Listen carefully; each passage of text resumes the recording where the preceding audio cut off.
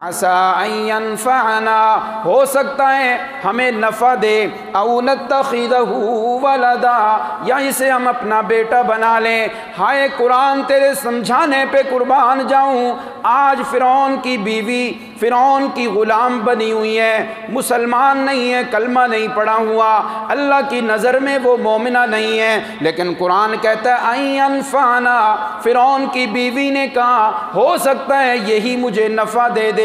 پھر ہوا کیا، وہی موسیٰ جب رسول بنے، حضرت آسیہ نے کلمہ پڑھ کے ایسا نفع حاصل کیا کہ جنت میں اپنا محل تیار کروا لیا۔ Al-Faruqi media, only Islamic ریلیزنز۔ الحمدللہ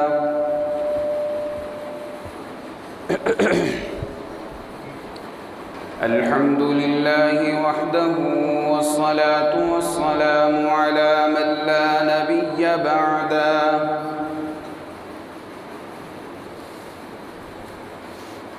لا رسالة بعد رسالته ولا نبوة بعد نبوته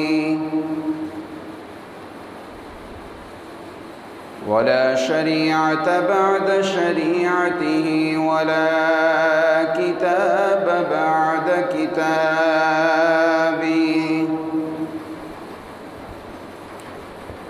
صلى الله عليه وسلم وكرم ونور وشرف وعظم وبارك عليه.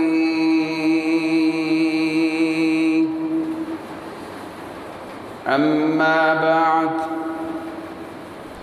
أعوذ بالله من الشيطان الرجيم، بسم الله الرحمن الرحيم.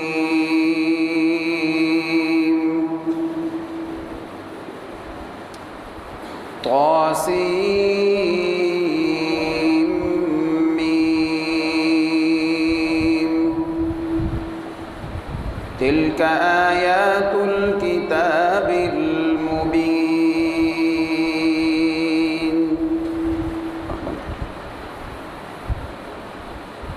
نتلو عليك من نبأ موسى وفرعون بالحق لقوم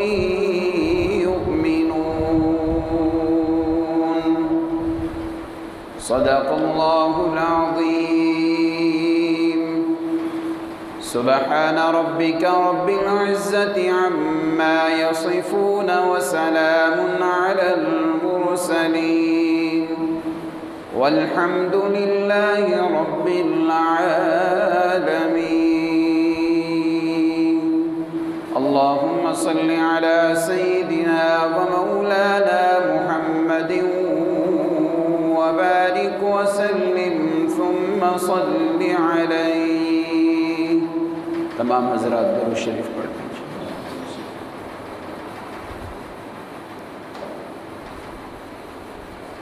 واجب الاحترام معزز و مکرم سامعین کرام،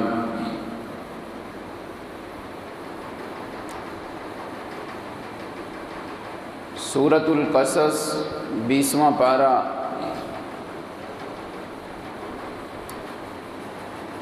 بالکل ابتدا سے آپ کے سامنے تلاوت کیا ہے.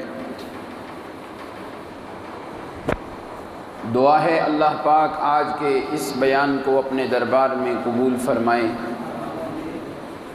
مجھے صحیح بیان کی، آپ کو سننے کی، پھر ہم سب کو اس پہ عمل کی توفیق عطا فرمائیں. آمین ثم آمین. سامعین محترم،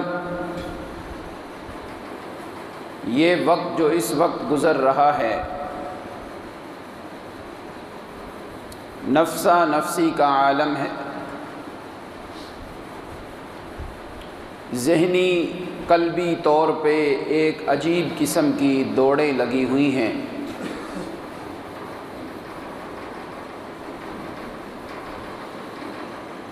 ذہنی طور پہ کوئی انسان مال کمانے کی دوڑ میں لگا ہوا ہے، کسی کی چاہت ہے کہ میں دولت میں اونچا دولت مند بن جاؤں، کسی کی چاہت ہے سیاست میں میرا نام بلند ہو جائے، اسی بھاگ دوڑ میں چلتے چلتے انسان کے اندر ایک بیماری پیدا ہو چکی ہے جو بہت ہی خطرناک ہے۔ صرف اس زمانے میں نہیں، ہر زمانے کے اندر وہ بیماری ہے اور اس سے ڈرایا گیا ہے اور اس کا علاج بتایا گیا ہے۔ وہ بیماری کون سی ہے؟ دولت کے نشے میں، صحت کے نشے میں، مال کے نشے میں، حتیٰ کہ علم کے نشے میں انسان دوسروں کو حقیر سمجھنے لگتا ہے اور اپنے آپ کو بلند سمجھتا ہے۔ یعنی بیماری کا نام ہے حقارت۔ دوسروں کو حقارت سے دیکھنا یہ ایسی مہلک بیماری ہے، جس انسان کو جس طرح حقارت میں دیکھو گے وہ بیماری، وہ پریشانی، وہ تکلیف، وہ عیب بہت جلد اس حقارت والے آدمی کے اندر بھی آ جاتا ہے جو دوسروں کو حقیر سمجھ رہا ہے۔ مثال کے طور پہ اللہ کی پناہ میں کسی کو حقیر سمجھتا ہوں، بہت جلد اس دوسرے کے اندر جو عیب ہے وہ میرے اندر بھی آ جائے گا۔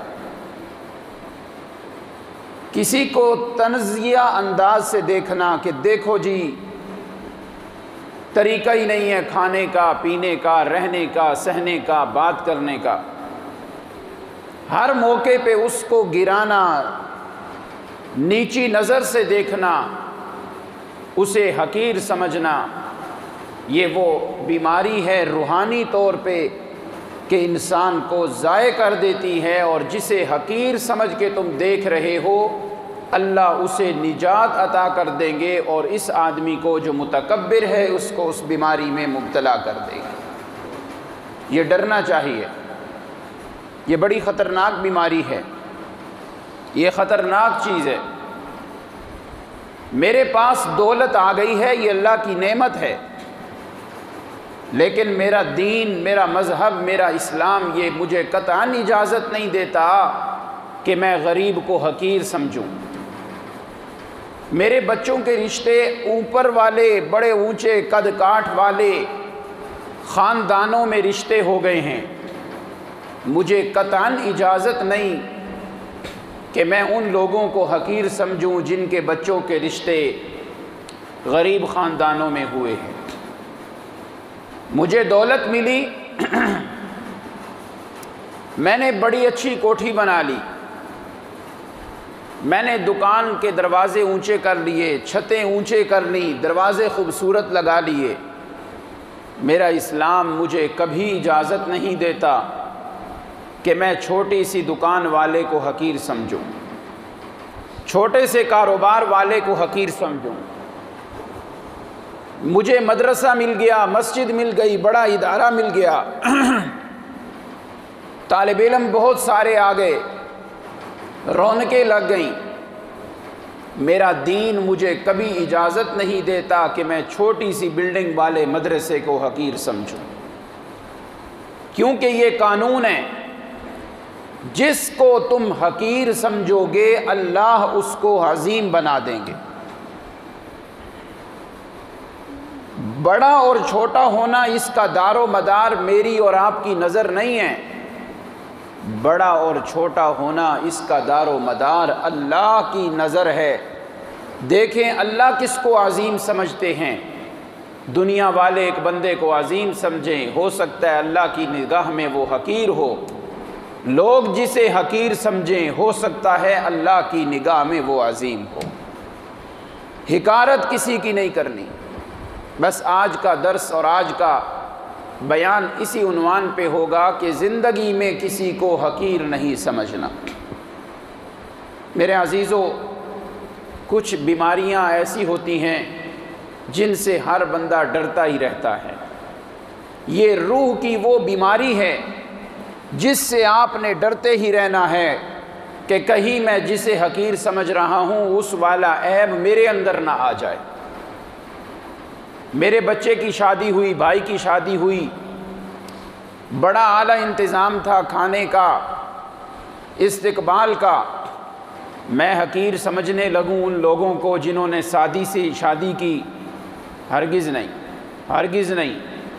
وقت ایک جیسا کبھی نہیں رہتا، وقت پہ کبھی دھوکہ نہ کھانا، اپنی صحت پہ، شہرت پہ، مال پہ، کوٹھی پہ، بنگلے پہ، دکان پہ کبھی دھوکہ نہ کھانا۔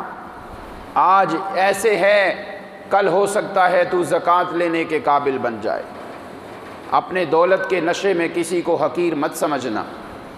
یہ دنیا عارضی چیز ہے، یہ دنیا فانی ہے، یہ دنیا میں اللہ کبھی ایک انسان کو سکندر بناتے ہیں، دوسرے دن اس انسان کو اللہ رب العزت قلندر بنا دیتے ہیں۔ ایک دن وزیر اعظم ہے، دوسرے دن وہ اسیر اعظم ہے، ایک دن وہ ریل میں ہے، دوسرے دن وہ جیل میں ہے، ایک دن چہرے پہ مسکراہٹیں لے کے پھر رہا ہے، دوسرے دن چہرے پہ، دل پہ غموں کے بادل چھائے ہوئے ہیں۔ اللہ سے ڈرتے رہنا چاہیے۔ ہر انسان کو اپنے سے بڑا سمجھنا ہے، عظیم سمجھنا ہے، حقیر نہیں سمجھنا۔ کہو انشاءاللہ۔ اللہ اللہ۔ عاجزی اللہ کو بڑی پسند۔ میرا یہ موضوع اگرچہ نہیں ہے، میں نے آج جو قصہ اور واقعہ شروع کرنا ہے اس میں یہی بات سمجھ میں آئے گی کہ ایک فرعون نے حقیر سمجھا، اللہ نے اسی قوم کو عظیم بنا دیا۔ فرعون نے جس کو حقیر سمجھا، ایک قوم کو، ایک قبیلے کو، اللہ رب العزت نے اسی قوم کو عظیم بنا کے اسی کے اندر سے ایک نبی اور رسول کو پیدا کر دیا۔ کہو سبحان اللہ، اونچی آواز سے کہیں سبحان اللہ۔ میرے آقا علیہ السلام تشریف فرما ہے۔ آپ علیہ السلام نے فرمایا، لوگو سب سے پہلے جنت کا دروازہ کھٹکھٹانے والا اگر کوئی ہوگا تو میں ہوں گا۔ انا اول من یضرب باب الجنہ، جنت کا دروازہ سب سے پہلے میں کھٹکھٹاؤں گا۔ دروازے ایک پہ میں نے دستک دینی ہے، اللہ نے سارے دروازے کھول دینے ہیں۔ میرے آقا نے فرمایا، لوگو میں ساری اولاد آدم میں سب کا سردار ہوں۔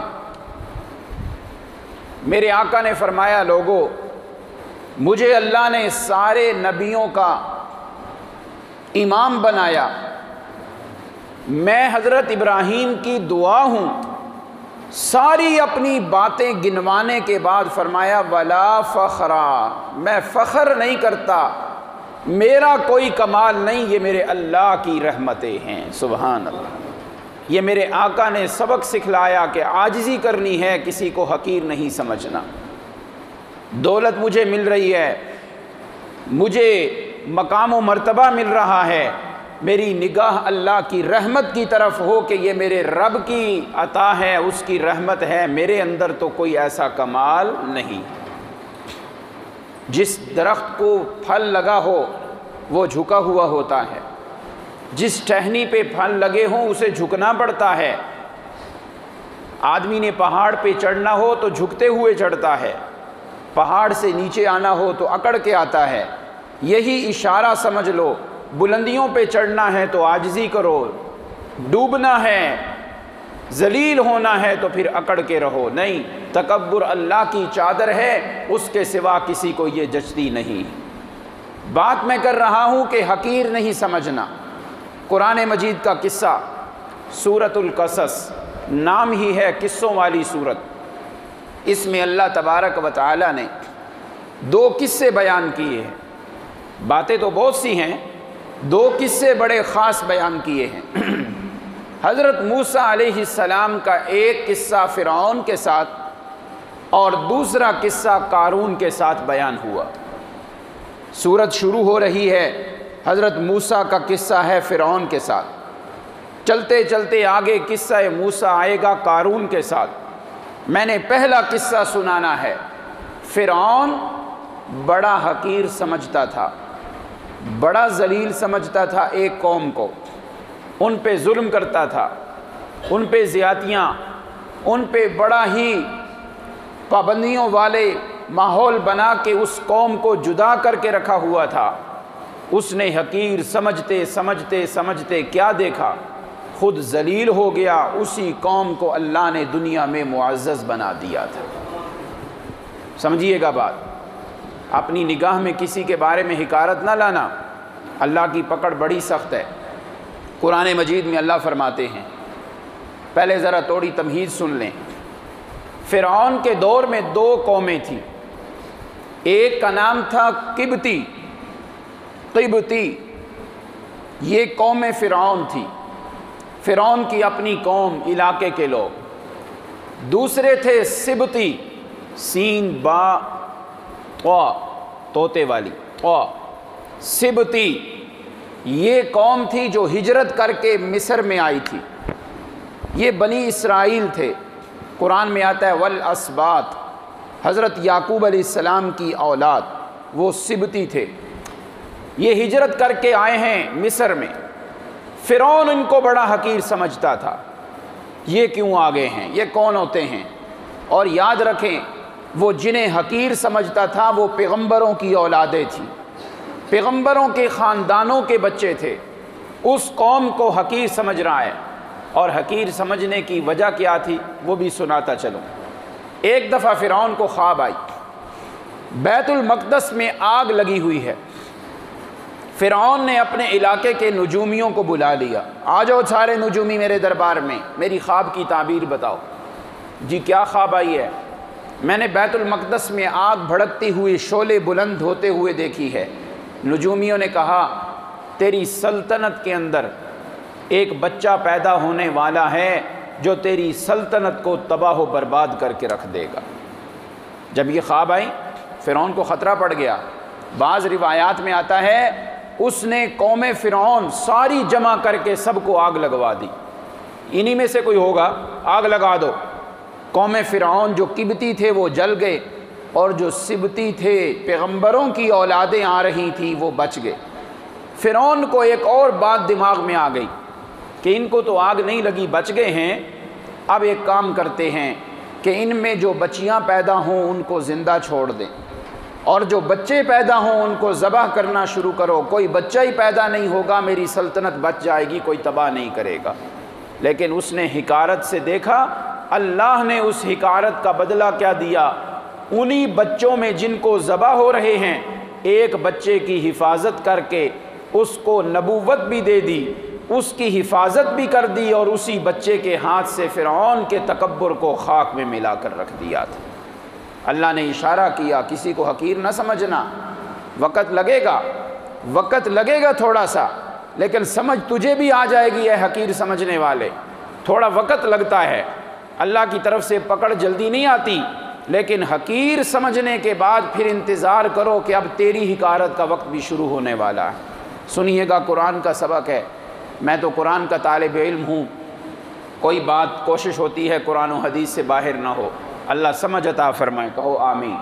سورہ قصص 20واں پارہ اللہ تبارک و تعالی شروع فرما رہے ہیں، طاسیم میم تلک آیات الکتاب المبین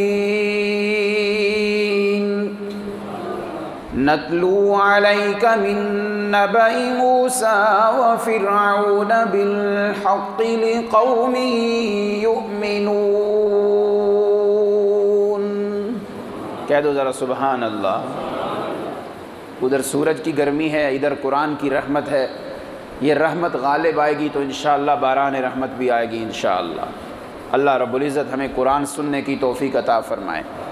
میرے پیارے پیغمبر، سورہ قصص کی ابتدا ہو رہی ہے، اللہ نے وہ حروف ذکر کیے جنہیں حروف مقطعات کہا جاتا ہے، جن کے معانی پتہ ہی کوئی نہیں، اللہ ہی جانتے ہیں کہ ان کا معنی کیا ہے۔ طاسیم میم، الف لام میم کا معنی کسی کو پتہ نہیں، وہ نبیوں کو بھی بنا بتائے تو نبیوں کو بھی پتہ نہیں چلتا، اللہ بتانے پہ آئے تو کئی میلوں کے فاصلوں سے اللہ نبی کو کسی بات کی خبر دے دیں، وہ اطلاع علی الغیب ہوگی، لیکن اللہ بتانے پہ نہ آئیں، پردہ رکھ دیں تو اللہ بتانا چاہتے ہیں کہ میرے سوا عالم الغیب کوئی نہیں، نبی بھی غیب نہیں جانتے، عالم الغیب صرف کون ہے؟ جن کا عقیدہ ہے بولے ذرا، عالم الغیب صرف کون ہے؟ پردوں کے پیچھے جاننے والی ذات صرف کس کی ہے؟ طاسیم میم، ان حروف کا معنی کیا ہے میرا اللہ ہی جانتے ہیں، اللہ ہی کو پتہ ہے۔ قرآن کہتا ہے تلک آیات الکتاب المبین۔ مفسرین کی اصطلاح میں اسے کہا جاتا ہے تمہید مع ترغیب۔ اللہ تمہید باندھتے ہیں بات شروع کرنے کے لیے اور ترغیب بھی دے رہے ہیں۔ اللہ فرماتے ہیں ہم جو آپ کو باتیں بتانے لگے ہیں یہ وہ قرآن کی آیتیں ہیں جو قرآن ہر بات کو کھول کھول کے لوگوں کے سامنے بیان کر دیتا ہے۔ یہ وہ کتاب کی آیتیں ہیں۔ یہ اللہ نے تمہید بھی باندھی اور قرآن کی ترغیب بھی دے دی کہ قرآن وہ کتاب ہے جو بات کو چھپا کے رکھتا ہے یا کھول دیتا ہے۔ اونچی آواز سے بولو یار، قرآن وہ کتاب ہے جو بات چھپا کے رکھتا ہے یا کھولتا ہے۔ اللہ فرماتے ہیں میرے پیغمبر قرآن کا مزاج ہر بات کو بیان کھول کھول کے کرنے کا ہے۔ ہم آپ کو ایک قصہ سنانے لگے ہیں، ایک واقعہ بیان کرنے لگے ہیں، اس واقعہ سے سبق ملتا ہے۔ زندگی میں کسی کو حقارت کی نگاہ سے نہ دیکھنا بلکہ سبق یاد رکھنا۔ حقارت کی نگاہ سے نہ دیکھ اے اہل ساحل اہل طوفان کو، کبھی ایسا بھی ہوتا ہے کنارے پہنچ کر سفینے ڈوب جایا کرتے ہیں۔ حقارت کی نگاہ سے نہیں دیکھنا۔ قرآن کہتا ہے نتلو علیکا، میرے پیارے پیغمبر ہم آپ پہ حضرت موسیٰ اور فرعون کا کچھ قصہ سنانے لگے ہیں۔ کون سا قصہ؟ اللہ فرماتے ہیں بالحق کی بڑی تحقیق کے ساتھ وہ قصہ بیان کریں گے، بڑی تفصیل کے ساتھ وہ قصہ بیان کریں گے۔ حضرت موسیٰ کا وہ قصہ سنیں گے تو سب، لیکن فائدہ کن کو ہوگا؟ لقوم یؤمنون، جن کے دلوں میں ایمان کا دیا روشن ہوگا، یہ واقعہ سن کے ان کے ایمان کو اللہ بڑھا دیں گے۔ ہر کسی کو فائدہ نہیں ہوگا۔ بارش ہر جگہ ہوتی ہے لیکن فائدہ ہر زمین کو نہیں ہوتا۔ روڑی پہ بارش ہو تعفن پھیلتا ہے، وہی سبزے پہ بارش ہو خوبصورت پودے نکلتے ہیں، پھل نکلتے ہیں۔ قرآن کی بارش ایمان والوں کے دلوں پہ ہو، اللہ کی محبت بڑھنے لگتی ہے، اللہ کا ڈر بڑھنے لگتا ہے، اللہ کا خوف بڑھنے لگتا ہے۔ اور یہی قرآن جب کافروں کو سنایا جائے اللہ فرماتے ہیں وَلَّوْا عَلَىٰ أَدْبَارِهِمْ نُفُورًا، الٹے پاؤں بھاگنے لگتے ہیں، ان کے دلوں میں ضد اور عناد بڑھنے لگتا ہے۔ اللہ ہمیں ایمان والوں میں سے بنائے، کہو آمین۔ ایمان والے تو ہیں، اللہ استقامت دے جن کو قرآن سن کے قرآن کا لطف آنے لگتا ہے، روح تازہ ہونے لگتی ہے۔ ایک جسم کی تازگی ہے، گرمیوں میں غسل کرے تو جسم تازہ، ایک روح کی تازگی ہے، روح کی تازگی ہوتی ہے قرآن سننے سے، کہو سبحان اللہ۔ اگر قرآن سن کے روح تازہ نہیں نہ ہو رہا سمجھ جائیں کہ روح دفن ہو چکی ہے، وہ مردہ ہے۔ اگر روح تازہ ہے، خوش ہو رہا ہے دل کہ یار قرآن سن کے مزہ آتا ہے، تو پھر سمجھ جائیں کہ ابھی آپ کی روح زندہ ہے، روح جوان ہے، سبحان اللہ۔ جی میرے پیارے پیغمبر کون سا واقعہ ہے حضرت موسیٰ کا؟ اللہ فرماتے ہیں ان فرعون علا فی الارض، پتہ ہے فرعون زمین میں بڑی سرکشی کیا کرتا تھا، بڑا تکبر تھا اسے اپنی دولت پہ، اپنی سلطنت پہ، اپنی فوج پہ۔ اپنی جاگیر پہ، اپنی بادشاہت پہ بڑا فخر و غرور تھا، بلکہ کرتے کرتے وَجَعَلَ أَهْلَهَا شِيَعًا، جتنے بھی اس کے علاقے میں لوگ رہتے تھے انہیں اس نے ٹکڑے ٹکڑے کر کے رکھ دیا، آپس میں سیاسی جھگڑے کروا دیے، آپس میں نفرتوں کے بیج بو دیے، آپس میں لڑتے رہیں تاکہ میری سلطنت کو کوئی خطرہ نہ ہو، میری سلطنت کو کوئی۔ حالات حاضرہ دیکھ لیں، آج یہودیوں نے مسلمانوں کو سیاسی طور پہ ایسا لڑا دیا ہے، وہ خود مزے کر رہے ہیں، مسلمان آپس میں خانہ جنگی کر رہے ہیں۔ قرآن نقشہ کھینچ رہا ہے، یہ فرعون کا کام تھا، یہ فرعون کی عادت تھی، اپنے علاقے کے اندر قوموں کو لڑا کے رکھا ہوا ہے، نفرتیں پیدا کی ہوئی ہیں تاکہ یہ متفق ہی نہ ہو، آپس میں ہی لڑتے رہیں، میری سلطنت کو کوئی خطرہ نہ ہو۔ انا للہ و انا الیہ راجعون۔ سنیں، فرعون کی عادت یہ وَجَعَلَ أَهْلَهَا شِيَعًا، لوگوں کو جماعتوں میں متفرق کر دیا، جماعتوں میں تقسیم کر دیا۔ آگے اللہ کا قرآن کہتا ہے يَسْتَضْعِفُ طَائِفَةً مِّنْهُمْ، ایک جماعت کو بڑا حقیر سمجھتا تھا، بڑا کمزور سمجھتا ہے۔ کون سی جماعت؟ بنی اسرائیل کی، جنہیں سبتی کہا جا رہا ہے، بڑی حقارت سے انہیں دیکھا کرتا تھا۔ حقارت کو آگے بڑھاتے ہوئے اللہ فرماتے ہیں یُذَبِّحُ أَبْنَاءَهُمْ وَيَسْتَحْيِي نِسَاءَهُمْ، جو بھی بچہ پیدا ہوتا اپنے نوکروں کو بھیجتا، جاؤ پکڑ کے ذبح کر دو۔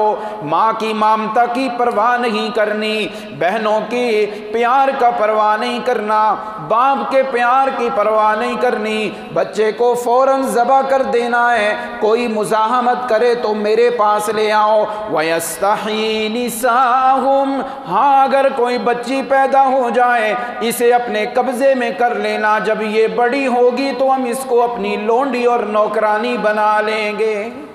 یہ حقارت تھی، یہ حقارت کی نگاہ سے وہ دیکھتا تھا۔ اب ہوا کیا؟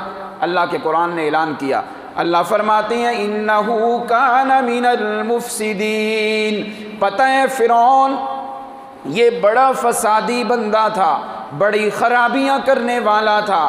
آج فرعون کا نام لینے والا کوئی بھی نہیں، اور موسیٰ کا نام لینے والے کہ وہ اللہ کے بندے تھے کتنے لوگ موجود ہیں جو گواہی دیتے ہیں کہ حضرت موسیٰ اپنے وقت کے اندر سچے نبی تھے، اپنے وقت کے اندر اللہ کی کتاب کا پرچار کرنے والے تھے، اپنے وقت کے اندر وہ اللہ کے سچے پیغامبر تھے۔ اب ان کی شریعت اور نبوت نہیں، لیکن اپنے دور میں انہوں نے اعلان کیا ہے کہ لوگوں سب کچھ کرنے والا صرف کون ہے؟ اللہ ہے۔ فرعون نے حقیر سمجھا۔ اب سنیں ذرا فرعون کی حقارت، میں ایک مثال دے دوں، وقت اگرچہ نہیں ہے لیکن آپ کو بات ضرور سمجھ میں آئے گی۔ ایک درزی تھا، درزی، توجہ کیجئے گا۔ ایک درزی نے اپنے بیٹے کو بلایا، کہتا ہے بیٹا کبھی وقت ملا نا تو میں نے تجھے ایک سبق سکھلانا ہے، زندگی بھر اس سبق کو یاد رکھنا۔ بیٹے نے کہا ابا جی، دکان پہ آیا، باپ کپڑے سلائی کر رہا ہے، بھائی جی سب توجہ، کپڑے سلائی کر رہا ہے، ان کا ابا جی وہ سبق سکھا دیں مجھے، اور پتر پھر کسی دن سکھاواں گا۔ باپ بڑا سمجھدار تھا، اس نے کپڑے کا تھان، چل یار بیٹا بیٹھا رہا تو آرام سے، میں اپنے کپڑے سلائی کرتا ہوں، پھر کسی دن بات کریں گے، ابھی مجھے تنگ نہیں کرنا۔ ان کا ٹھیک ہے ابا جی آپ اپنا کام کریں۔ قصہ ذرا لمبا ہے تو میں جلدی سے سنانے لگا ہوں، ذرا توجہ حاضر رکھیے گا۔ اس نے کہا یہ کینچی پکڑا مجھے، تو بیٹھ کے اپنا اللہ اللہ کر، میں ذرا اپنا کام کروں۔ کینچی پکڑائی بیٹے نے، باپ نے کپڑے کا تھان پکڑا، کھولا، کینچی سے کاٹا، ٹکڑے ٹکڑے کر کے رکھ دیا، پھر ایک سوئی پکڑی، انہی کپڑوں کو جوڑتے جوڑتے خوبصورت سوٹ تیار کر دیا۔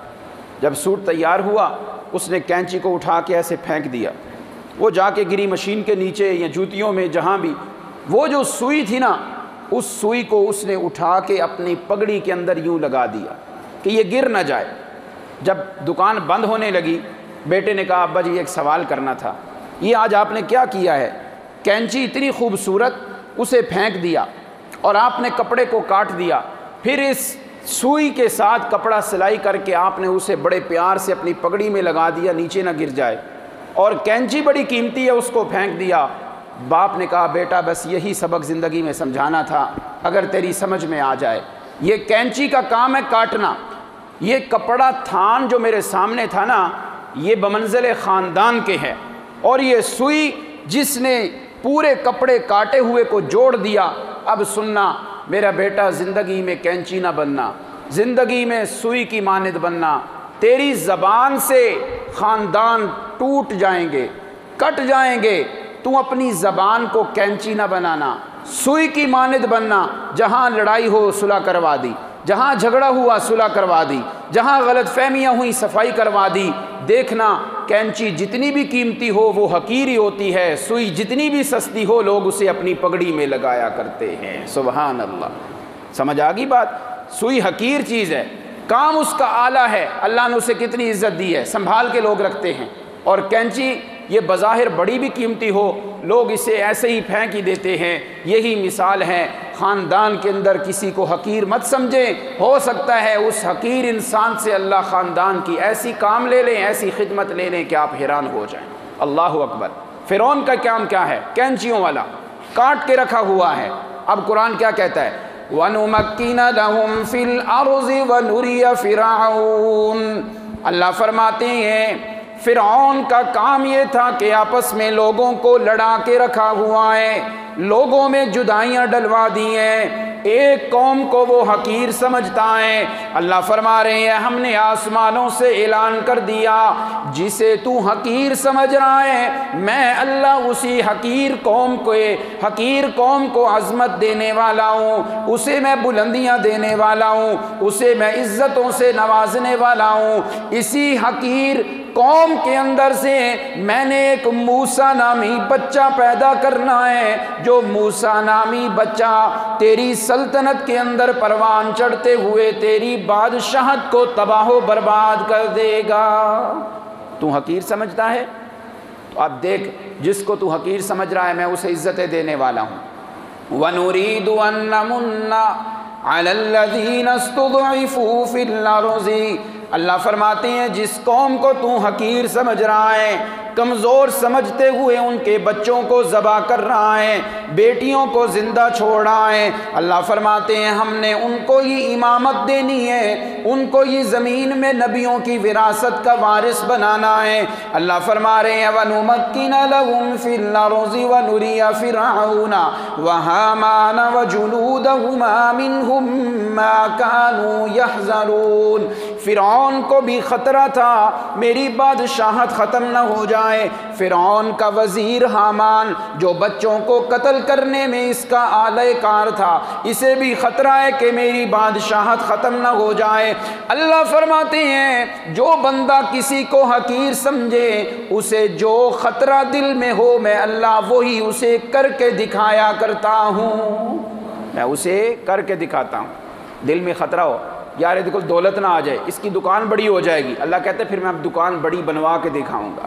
یار دعا کرو فلاں اس کا بچہ باہر ملک نہ چلا جائے، وہ باہر چلا گیا تو اس کے پاس پیسے آنے، اس نے مکان بڑا بنا لینا ہے، حسد آ گیا، اللہ فرماتے ہیں اب میں اس کا بڑا مکان بنوا کے دکھاؤں گا۔ قرآن کہتا ہے منہم ما کانوا یحذرون۔ فرعون اور حامان ڈرا کرتے تھے ہماری سلطنت نہ چلی جائے، اس ڈرتے ڈرتے انہوں نے حقیر سمجھا، سب کو ذلیل سمجھا۔ اللہ رب العزت نے وہی کر کے دکھایا، فرعون بھی تباہ اور حامان بھی تباہ و برباد ہو گیا۔ اللہ اکبر۔ اب قصہ شروع ہونے لگا ہے، یہاں تک اجمالی قصہ تھا، اب قرآن تفصیلی بات کرنے لگا ہے۔ وَأَوْحَيْنَا إِلَىٰ أُمِّ مُوسَىٰ أَنْ أَرْضِعِيهِ فَإِذَا خِفْتِ عَلَيْهِ فَأَلْقِيهِ فِي الْيَمِّ وَلَا تَخَافِي وَلَا تَحْزَنِي إِنَّا رَادُّوهُ إِلَيْكِ وَجَاعِلُوهُ مِنَ الْمُرْسَلِينَ۔ حضرت موسیٰ کی ولادت ہوئی، ماں بڑے خطرے میں آ گئی، پریشان ہو گئی۔ اگر باہر پتہ چل گیا کہ میرے ہاں بیٹے کی ولادت ہوئی ہے، اتنا حسین و جمیل بیٹا اللہ نے مجھے دیا، یہ ذبح ہونے کے قابل تو نہیں ہے، میں کیسے برداشت کروں گی کہ میرا یہ بیٹا ذبح ہو جائے۔ اللہ فرماتے ہیں وَأَوْحَيْنَا، ہم نے حضرت موسیٰ کے دل میں یہ بات ڈال دی، اے میری بندی ان ارضعی، اس بچے کی پرورش شروع کر دے، اس کو دودھ پلانا شروع کر دے۔ وَلَا تَخَافِي وَلَا تَحْزَنِي، ڈر نہیں کرنا، پریشان نہیں ہونا۔ لیکن اگر کسی دن خطرہ ہو جائے مانگنے والے کہ دے دو بچہ، ہم نے ذبح کرنا ہے، دروازے پہ آ جائیں، محلے میں داخل ہونے لگیں، ان کا خطرہ ہونے لگے، اے میری بندی تو نے پریشان نہیں ہونا، اس بچے کو صندوق میں ڈال کے پانی کے حوالے کر دینا۔ پانی کی موجیں بظاہر بڑی خطرناک ہوتی ہیں، لیکن میں اللہ سارے کائنات کا خالق و مالک تجھ سے 2 وعدے کرنے لگا ہوں۔ ان 2 وعدوں سے پہلے تمہید باندھتے ہوئے اللہ نے فرمایا وَلَا تَخَافِي، اپنا بھی خوف نہ کرنا کہ مجھے کوئی مار نہ دے، وَلَا تَحْزَنِي، بچے کا غم بھی نہ کرنا کہ یہ ذبح نہ ہو جائے۔ سن میری بندی، اِنَّا رَادُّوهُ إِلَيْكِ، جب تیرا دل پریشان ہونے لگے تو میں اللہ کے یہ 2 وعدے یاد کر لینا، میں یہ بچہ بھی تیری آغوش شفقت میں واپس لٹاؤں گا، تیری گود میں واپس لٹاؤں گا۔ تو نے تو صرف اسے بچہ دیکھا ہے، اپنا بیٹا دیکھا ہے، نہیں نہیں، یہ تیرا بیٹا ہی صرف نہیں بلکہ اس نے بڑے ہو کے میری توحید کا علم بردار بننا ہے۔ وَجَاعِلُوهُ مِنَ الْمُرْسَلِينَ، میں نے تو اس کو اپنے رسولوں میں بنانا ہے، میں نے تو اس کو توحید کی دعوت کے لیے مبلغ بنانا ہے۔ اے میری بندی، موسیٰ کی ماں جس نسل سے نبی نے جنم لینا ہو، میں تو اس ساری نسل کا پہرے دار ہوتا ہوں۔ یاد رکھیں، جس نسل سے نبی نے جنم لینا ہوتا ہے اس کی ماں، ماں کی ماں، ماں کی ماں، چلتے چلتے حضرت حوا تک اس پورے نسل کو، خاندان کو، عورتوں کی نسل کو اللہ زنا اور بدکاری سے محفوظ کرتے ہیں۔ سبحان اللہ، کیونکہ نبی نے جنم لینا ہے۔ اللہ فرماتے ہیں ہم تو نبیوں کی نسلوں کے بھی پہرے دار ہیں، یہ بچہ نہیں، یہ بڑا ہو کے رسول بنے گا، حضرت موسیٰ بننا ہے، ڈر نہ کر۔ اِنَّا رَادُّوهُ إِلَيْكَ، یہ بچہ بھی واپس آئے گا۔ اور دوسری چیز، میرے وعدے پہ یقین کر، چاہے تو دیکھے گی نہیں لیکن میں اللہ نے موسیٰ کو اپنا رسول بنانا ہے۔ سبحان اللہ، فرعون نے حقیر سمجھا نا، اللہ بعظمتیں دینے لگے ہیں۔ کسی کو حقیر مت سمجھو، اس ادارے کو اللہ عظیم بنا دیں گے، اس مرد کو اللہ عظیم بنا دیں گے۔ کسی دکان کو حقیر مت سمجھو، اللہ اس دکان کو مرکز بنا دیں گے۔ کسی ادارے کو، کسی خاندان کے فرد کو حقیر نہ سمجھو، اللہ پھر ایسے ہی عزتیں دیتے ہیں۔ حضرت موسیٰ کی ماں دودھ پلا رہی ہیں، ایک دن ڈر ہو گیا کہ آپ پکڑنے والے لوگ آ گئے ہیں، بچے کو ذبح کریں گے۔ صندوق بنایا، لکڑی کا بستر لگایا بڑا خوبصورت، حضرت موسیٰ کو اللہ کے سہارے پہ اس صندوق میں ڈال دیا، اور صندوق بڑے چپکے سے، خاموشی سے دریا میں ڈالا۔ دریا کی موجوں نے اس صندوق کو سنبھالا۔ اللہ نے فرمایا موجیں پانی کی کام تو ہوتا ہے کہ وہ غرق کر دیتی ہیں، لیکن ہر چیز پہ آرڈر اللہ کا چلتا ہے۔ پانی کی موجیں بھی کچھ نہیں کر سکتے جب بچانے والا کون ہو۔ اللہ نے فرمایا ہے پانی کی موجیں، یہ بچہ ایسا نہیں، صندوق ایسا نہیں، پانی کی موجوں میں اسے تم کنارے پہ لگا کے گرا دو، غرق کر دو، نہیں نہیں، اس میں میری نبوت اور رسالت کی بڑی امانت آ رہی ہیں، اس میں تو میری حکمت کی بڑی حکمتیں آ رہی ہیں۔ موجیں پانی کی لے کے جا رہی ہیں، صندوق کبھی ایسے کبھی ایسے۔ مفسرین لکھتے ہیں کہ جب پانی کی موجیں صندوق کو کبھی اوپر اچھالتی، کبھی دائیں کرتی، بائیں کرتی، حضرت موسیٰ کی ماں کا دل بھی ایسے ہی مچلنا شروع ہو گیا، پریشان ہوتی، ہائے میرا بیٹا، ہائے میرا بیٹا۔ لیکن اللہ کے فوراً وعدے یاد آئے، اِنَّا رَادُّوهُ إِلَيْكَ، موسیٰ کی ماں پریشان نہیں ہونا، ہم اسے واپس لٹائیں گے۔ جب یہ وعدہ یاد آتا تو تسلی ہو جاتی، جب سامنے دیکھتی تو پریشان ہو جاتی۔ اب کیا ہوا، صندوق تیرتے تیرتے جا رہا ہے دریا میں۔ اتفاقاً اسی دن فرعون نے اپنا دربار اس دریا و سمندر کے کنارے پہ لگا دیا۔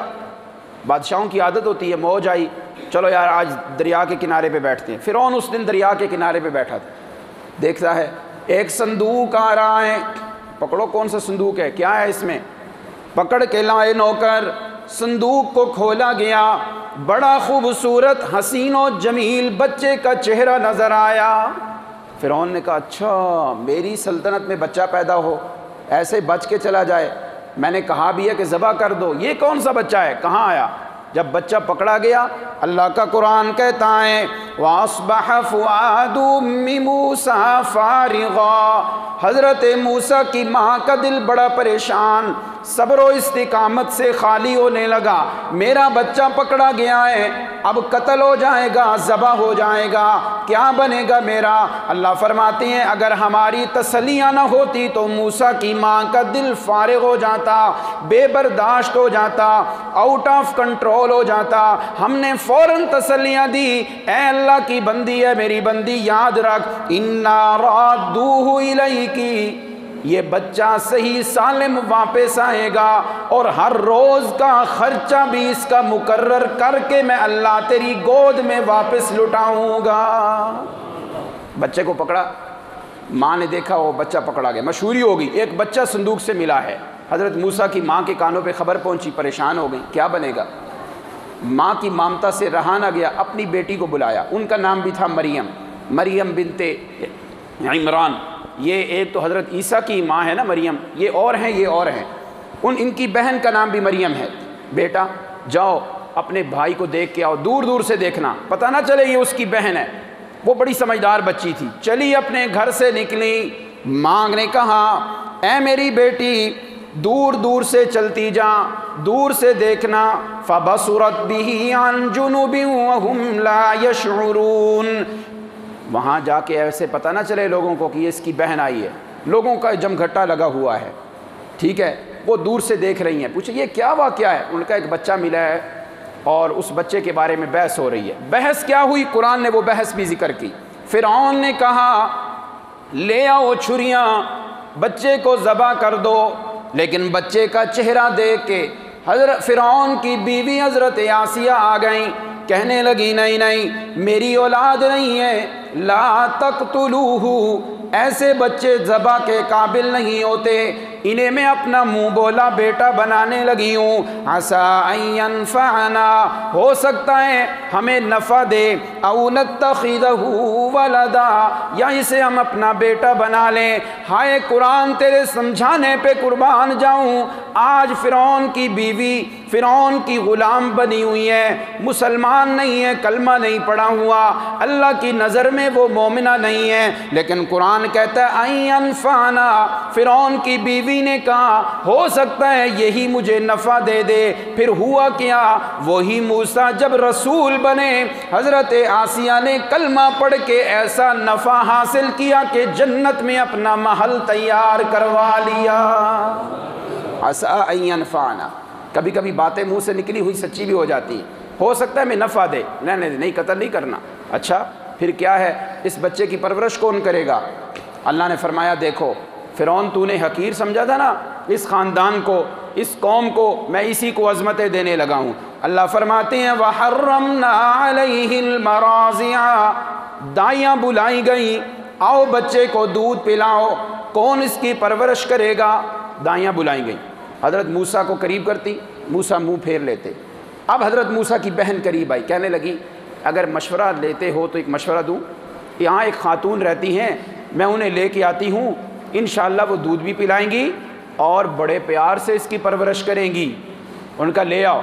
حضرت موسیٰ کی بہن گئی، اپنی اماں کا ہاتھ پکڑا لے کے آئے۔ حضرت موسیٰ بچپن ہے بھی، لڑکپن بھی نہیں آیا، ماں کی خوشبو محسوس ہوئی، اس دھرتی پہ اس گھر میں میری ماں داخل ہو رہی ہے، فوراً اپنا چہرہ ماں کی طرف پھیر لیا، ماں نے اٹھایا چھاتی کے قریب کیا تو فوراً دودھ پینا شروع کر دیا۔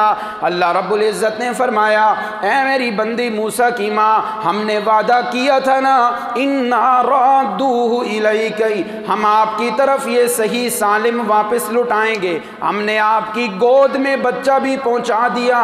اگلی بات حضرت موسیٰ کے بارے میں حیران ہو گئے، فرعون نے کہا روزانہ کی آمدنی میں دوں گا، جتنا خرچہ آئے گا اس عورت کے لیے خرچہ بھی میں مقرر کرتا ہوں۔ بیٹا ذبح ہونے لگا تھا، بیٹا بھی بچ گیا اور روزانہ کی آمدنی کا ذریعہ بھی بچ گیا۔ اللہ نے سمجھا دیا لوگوں کے حقیر سمجھنے سے کچھ نہیں ہوتا، میں اللہ جب عزتیں دینے پہ آؤں تو مجھ سے کوئی پوچھنے والا نہیں ہے۔ کہو سبحان اللہ۔ حضرت موسیٰ کی ماں نے کہا میں یہاں نہیں دودھ پلاؤں گی، میں اپنے گھر لے کے جاؤں گی، وہاں دودھ پلایا کروں گی۔ جب گھر لے کے آئی نا، بیٹے کا چہرہ چوما، صحیح سالم بچہ واپس مل رہا ہے، وہاں کہتی ہیں ایک وعدہ تو پورا ہو گیا، دوسرا وعدہ بھی انشاءاللہ پورا ہوگا، میں نہیں دیکھوں گی لیکن اللہ رب العزت میرے بیٹے کو انشاءاللہ نبی اور رسول بھی بنا دیں گے۔ سبحان اللہ۔ قرآن کہتا ہے وَلَمَّا بَلَغَ أَشُدَّهُ، جب جوان ہوئے، عمر برابر ہوئی، آتَيْنَاهُ حُكْمًا وَعِلْمًا، اللہ فرماتے ہیں ہم نے موسیٰ کو حکمت عطا کر دی، انہیں علم کی دولت سے مالا مال کر دیا۔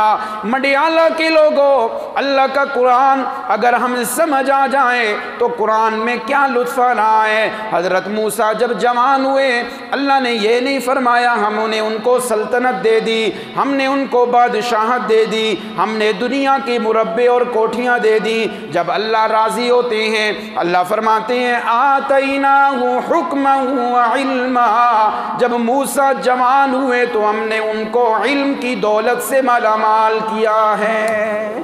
کیا کیا ہے؟ علم کی دولت۔ علم ایسی چیز ہے، حضرت موسیٰ کو بھی اللہ نے نوازا تو پہلے کیا دیا ہے؟ علم دیا ہے۔ آج ہمارے مدارس میں علم کی آوازیں لگ رہی ہیں، بھیجو اپنے بچوں کو، حفظ کے داخلے ہیں، شعبہ کتب کے داخلے ہیں۔ ہم اسی لیے کہہ رہے ہیں حضرت داؤد و سلیمان کو بڑی بادشاہت ملی، لیکن جب قرآن نے ذکر کیا تو علم کا ذکر کیا۔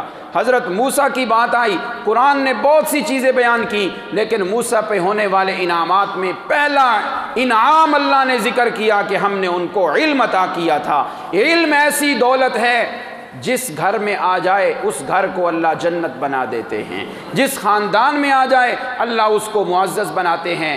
جتنے والدین یہاں باپ بیٹھے ہیں، بڑے بھائی بیٹھے ہیں، آپ سے میں پیار بھری التماس کروں گا خدا را ایک بچے کو ضرور دین کے لیے وقف کریں، اور بچہ کوئی کام آیا یا نہ آیا، دین پڑھائے ہوئے بیٹے کو دیکھنا دنیا میں بھی عزت کا باعث ہوگا اور آخرت میں بھی عزت کا باعث ہوگا انشاءاللہ۔ حضرت موسیٰ علیہ السلام، ان کی قوم کو فرعون نے حقیر سمجھا، اللہ نے کتنی عزت دی۔ موسیٰ کی پرورش بھی دشمن سے کروائی، اس کے گھر میں کروائی، اور پھر نبوت اور رسالت سے بھی سرفراز کر کے اللہ نے فرعون کو تباہ کر دیا اور موسیٰ کو عزتوں سے سرفراز کر دیا تھا۔ آج کا میرا عنوان یہ ہے، کسی کو حقیر نہ سمجھنا میرے عزیز بھائیو، حقارت کی نگاہ سے نہ دیکھ اہل ساحل اہل طوفاں کو۔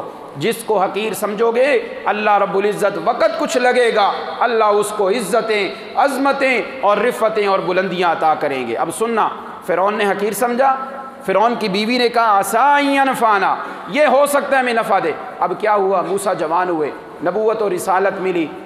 موسیٰ علیہ السلام کو ماننے والوں میں پہلے جن لوگوں کا نام تھا، فرعون کی بیویہ حضرت آسیہ بنت مزاحم کا نام بھی آ گیا۔ سبحان اللہ۔ فرعون کی بیوی مومنہ ہو گئی، کلمہ پڑھ لیا۔ فرعون نے کہا پیچھے ہٹ جا، اس سے چھوڑ دے اس کا کلمہ۔ حضرت آسیہ کہنے لگی نہیں، فرعون کے تیری بات نہیں مانوں گی، حضرت موسیٰ کا کلمہ پڑھا ہے۔ اور فرعون نے کہا اچھا نہیں چھوڑنا۔ فرعون نے میخیں اپنی بیوی کے ہاتھ میں لگوانا شروع کر دی، زندہ بیوی ہے، ہاتھ میں میخیں لگوانا شروع کی، ظلم ہو رہا ہے۔ روایات میں آتا ہے جب فرعون کی بیوی یہ ظلم برداشت کرتی، اللہ پردے ہٹاتے، جنت کے محلات دکھاتے تھے، اے میری نیک بندی یہ ظلم برداشت کرتی رہ، یہ تھوڑے سے دن ہے ظلم برداشت کرنے کے، پھر تو نے اس گھر میں آ جانا ہے۔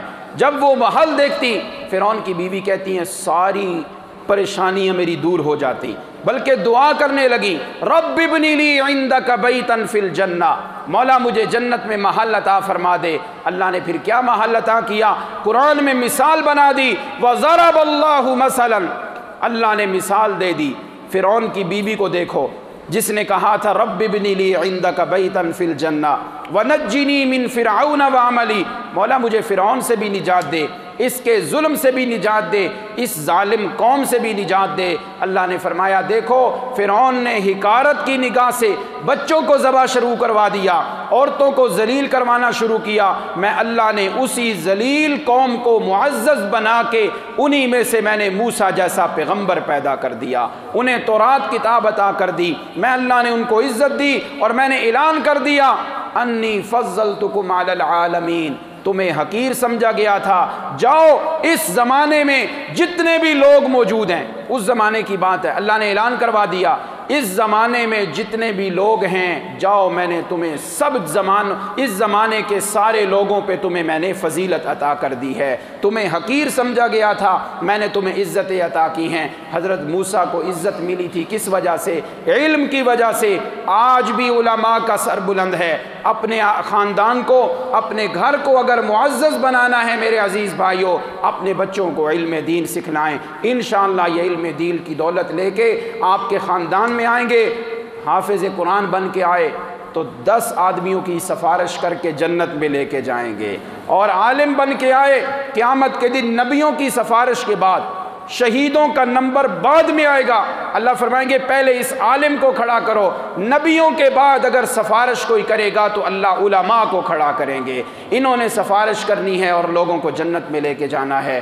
بات میں نے شروع کی تھی، ہمارے اندر ایک روحانی بیماری ہے، ہم حقارت کی نگاہ سے دوسروں کو دیکھتے ہیں۔ اللہ رب العزت نے قرآن میں یہ قصہ سنا کے ہمیں سبق سمجھایا ہے، کسی کو حقیر نہیں سمجھنا، اپنے سے عظیم سمجھنا، اللہ تمہیں عزت و سرفرازی سے بلند فرما دیں گے۔ اللہ مجھے اور آپ کو عمل کی توفیق عطا فرمائے۔ وما علیہ